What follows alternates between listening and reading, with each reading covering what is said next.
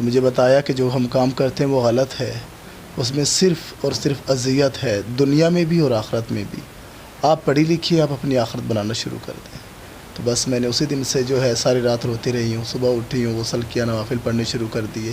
پھر میں نے سرچ کیا خواجہ سراؤں کہ خواجہ سرا کیا کیا کام کرتے ہیں۔ 1951 میں بنگلہ دیش میں پہلا مدرسہ بنا خواجہ سراؤں کا، یہ دنیا کا پہلا مدارس تھا۔ 2020 میں دوسرا مدرسہ بنا پاکستان میں ہمارا، اور یہ دنیا کا دوسرا مدرسہ ہے۔ ویسے پورے پاکستان میں کسی بھی خواجہ سراؤں کو یہ میرا اعلان ہے کہ کہیں بھی کسی کو کوئی مسئلہ ہے، کوئی پولیس کا ایشو ہے یا کوئی پبلک ہے یا کوئی بھی ایشو ہے، وہ مجھ سے رابطہ کر سکتے ہیں، میں ضرور جاؤں گی اور ان کے مسائل حل کرنے کی کوشش کروں گی انشاءاللہ۔ ماشاءاللہ سے کافی لوگوں نے مجھے آفر کی ہے، پوری دنیا سے مجھے آفریں آ رہی ہیں، 4 ممالک سے نہیں اور بھی کافی ممالک سے آفریں آ رہی ہیں کہ آپ یہاں پہ میڈم آئیں، یہاں کے خواجہ سراؤں کی بھی آپ کی ضرورت ہے، آپ یہاں پہ تبلیغ کے سلسلے میں آئیں، ہم آپ کو ویزا بھیجیں گے، ہم آپ کا سارا اخراجات اٹھائیں گے۔ اگر ہمارے الگ قبرستان ہے پھر تو ہم انسان ہی نہیں ہیں۔ معاشرہ پھر ہمیں نہ جیتے ایکسیپٹ کرتا ہے نہ مرتے ایکسیپٹ کرتا ہے۔ ان سے یہ میسیج ہے کہ پلیز آپ لوگ یہاں آئیں۔ دیکھیں یہاں پہ سب کچھ مل رہا ہے آپ کو، کھانا پینا، رہائش۔ پھر اب ایسا ہے کہ اگر لوگ کہتے تھے کہ ہم پڑھے لکھے تو ہے نہیں، ہم جاب کیسے کر سکتے ہیں، پھر آپ صلاحی سینٹر میں آئیں۔ اگر آپ وہ بھی نہیں کر سکتے پھر آپ سٹال لگائیں، میں آپ کو لگا کر دوں گی سٹال، آپ اس سے بھی تو کما سکتے ہیں۔ السلام علیکم ناظرین، میں ہوں اویس ناصر اور آپ دیکھ رہے ہیں پاک پاکستان۔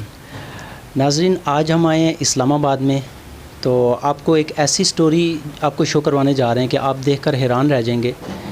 پاکستان میں اگر بات کی جائے ٹرانسجنڈرز کی، جن کو ہم عام زبان میں خواجہ سرا بھی کہتے ہیں، آپ نے ان کو دیکھا ہوگا فنکشنز پر، شادی بیاہ کے فنکشنز پر، یا کہیں روڈ پر مانگتے ہوئے دیکھا ہوگا، یا گلیوں میں ایسی سچویشن میں آپ نے ان کو دیکھا ہوگا۔ لیکن آج جس شخصیت سے ہم آپ کو ملانے جا رہے ہیں، رانی خان ان کا نام ہے، اسلام آباد میں مدرسہ بھی چلا رہے ہیں، کڑھائی وغیرہ کا کام بھی وہ سکھا رہے ہیں، سلائی کڑھائی کا، اور بھی بہت کچھ اپنی زندگی میں وہ کر رہے ہیں جو کہ دین اور دنیا کو ساتھ ساتھ لے کر چل رہے ہیں۔ بہت زبردست سٹوری ہونے جا رہی ہے، آپ ہمارے ساتھ رہیے گا اور ویڈیو پوری دیکھیے گا۔ کتنے عرصے سے آپ دین والی فیلڈ سے منسلک ہیں؟ مجھے تقریباً 9 مہینے ہو گئے۔ ماشاءاللہ۔ اس سے پہلے کی زندگی پر تھوڑی سی روشنی اگر ڈال دیں کچھ سیکنڈز کی۔ ہاں، اس سے پہلے میں 15 سال جو ہے وہ ڈانسنگ کرتی رہی ہوں، 5 سال بیکنگ کرتی رہی ہوں۔ تو ماشاءاللہ سے ہم مسلمان ہیں، اور بڑی بات یہ ہے کہ میں بیک گراؤنڈ ایک عالم دین فیملی میں سے ہوں۔ کچھ ایسے موقع آئے جن کی وجہ سے میں پلٹی، اللہ پاک نے مجھے چنا اس کام کے لیے، ورنہ میری کیا اوقات ہے۔ تو الحمدللہ پھر اس کے بعد اب میں نے پراپر مدرسہ بنا لیا اور لوگوں پہ جو ہے نا وہ حقوق پہ کام کرنا شروع کر دیا۔ ماشاءاللہ زبردست۔ کیا کوئی ایسا واقعہ ہوا آپ کی زندگی میں، یا کچھ ایسا یو ٹرن کس وجہ سے آپ کی زندگی میں بالکل ہی زندگی تبدیل ہو گئی آپ کی؟ کوئی ایسا واقعہ آپ کے ساتھ کچھ ایسا ہوا ہے، یا کیا وجہ بنی ہے کہ آپ نے اپنی لائن ہی چینج کر لی؟ لوگ مرتے ہیں اس وقت ہم دکھ کرتے ہیں، لیکن جب اس پہ مٹی ڈال دیتے ہیں واپس آتے ہیں تو وہ سب دکھ ختم ہو جاتا ہے۔ حالانکہ اصل زندگی اس وقت شروع ہوتی ہے، اللہ پاک آپ کو دکھا رہا ہوتا ہے کل نفس ذائقۃ الموت، کہ ہر جاندار نے جانا ہے۔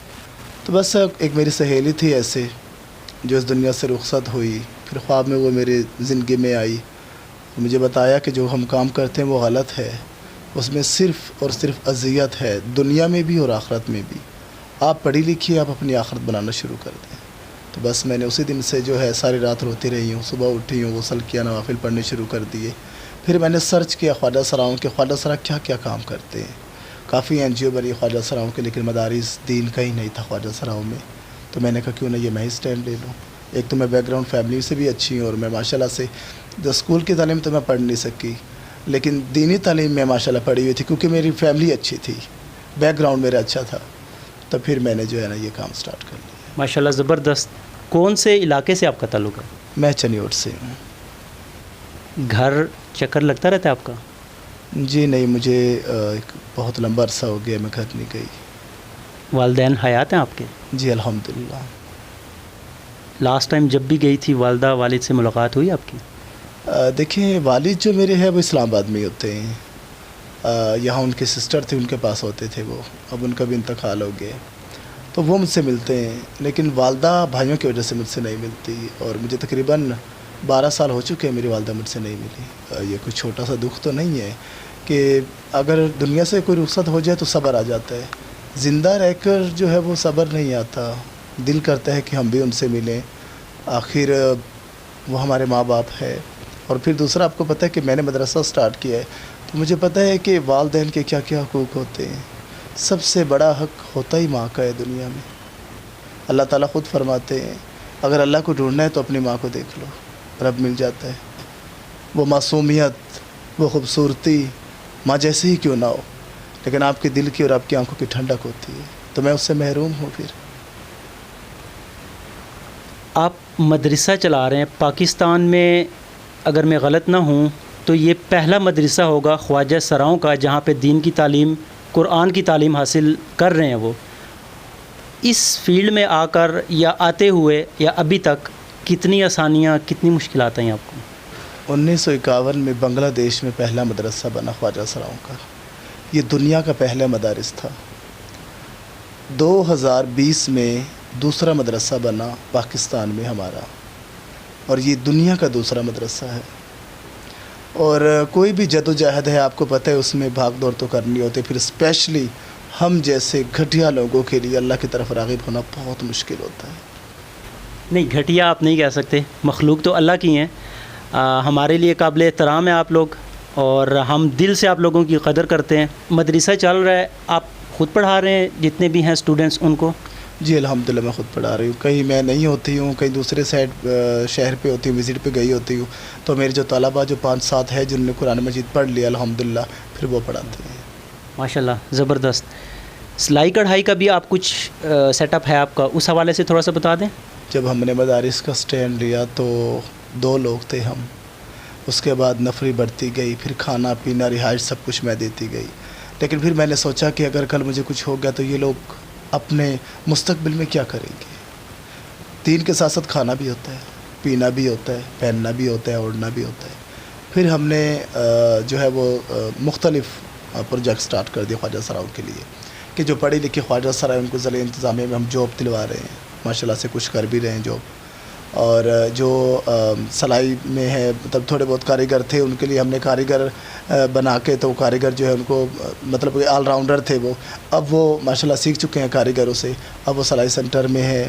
اور کچھ جو ہے وہ بالکل جو پڑھے لکھے نہیں ہیں ان کو ہم نے اسٹال لگا کر دیے مختلف مراکزوں میں، تاکہ یہ بڑھ سکے، یہ دنیا بھی کمائیں اور آخرت بھی کمائیں. ماشاءاللہ، زبردست. آپ کی اس ایفرٹ کو اللہ قبول کرے اور مزید آپ کے لیے، آپ کی جو ٹیم ہے سب کے لیے آسانیاں پیدا کرے.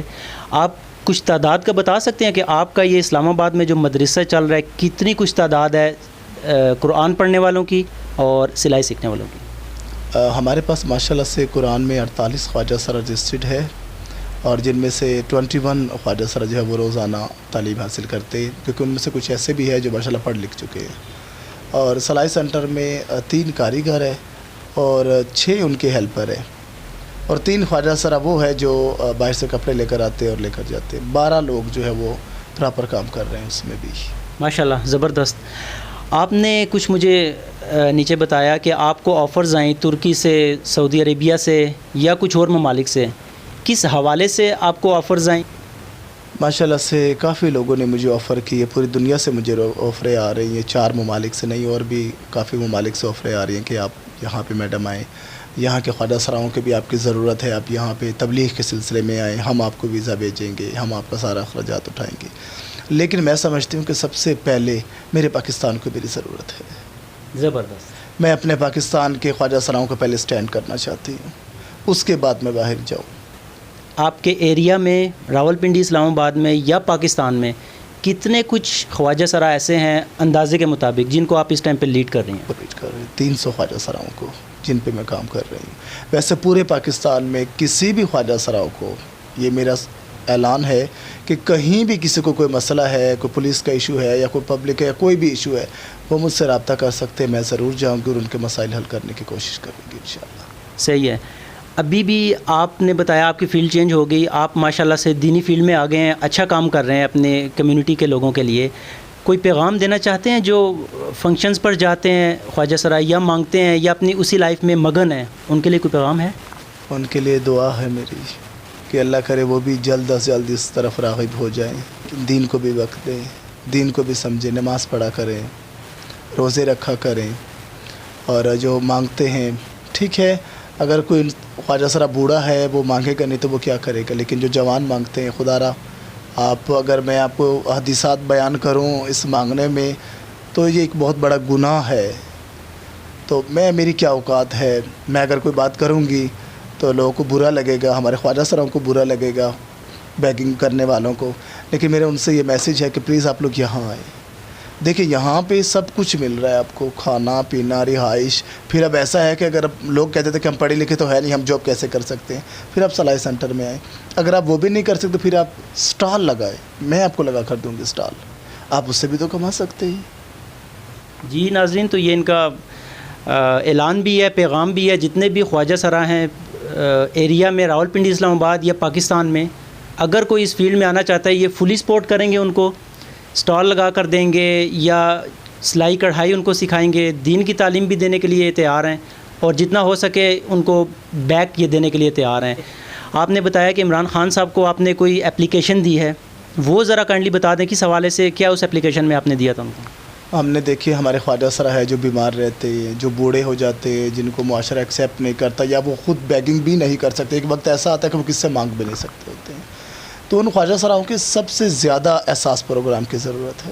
ان کو ہیلتھ کارڈ کی ضرورت ہے، ان کو راشن کی ضرورت ہے، ان کو یہ جو بے نظیر انکم سپورٹ ہے اس کی ضرورت ہے، ایک اماؤنٹ کی ضرورت ہوتی ہے. میں نے اس کے حوالے سے ان کو اپلیکیشن دی تھی جو انہوں نے ایکسیپٹ تو کی تھی. آپ کو میں نے وہ پیپر بھی دکھائے ہیں جو ان کی طرف سے آئے ہیں، لیکن اس پر عمل ابھی تک نہیں ہوا. جب میں جاتی ہوں وہ کہتے ہیں میڈم اگلی منتھ میں لاسٹ میں ہوگا، اس منتھ میں لاسٹ میں ہوگا. کیا پھر میں سمجھتی ہوں کہ پھر اپلیکیشن کا فائدہ تو نہیں ہوا. اگر ان کی ٹیم کا کوئی ممبر دیکھ رہا ہے یا آپ کو سن رہا ہے، کوئی پیغام ان کے لیے؟ ان کے لیے یہ پیغام ہے کہ خدا را رحم کرے ہم پر. میں نے اپلیکیشنیں دی ہیں، کافی محکمے اپلیکیشن دی ہے، سب ایکسیپٹ ہوئے ہیں، لیکن کام کسی پر بھی نہیں ہوا. کیا یہ ہے ریاست مدینہ؟ خدا را ہم سے رابطہ کریں. اور میں اپنی ذات کے لیے نہیں کہہ رہی ہوں، میں ان خواجہ سراؤں کے لیے کہہ رہا ہوں جس چیز کے حقدار ہیں، جو حق رکھتے ہیں اس چیز کا. خدا را ان کو شامل کرے اس میں.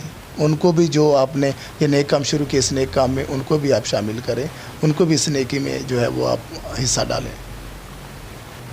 لاسٹ کویسچن تھا، لیکن ایک اور کویسچن جو آخری آپ سے پوچھ کے اجازت چاہوں گا. آپ یہ بتائیں کہ آپ کے جتنے بھی مطلب کمیونٹی میں لوگ ہیں، دیکھنے میں سننے میں بہت کم آتا ہے کہ کسی خواجہ سرا کی ڈیتھ ہو گئی ہے، ٹھیک ہے.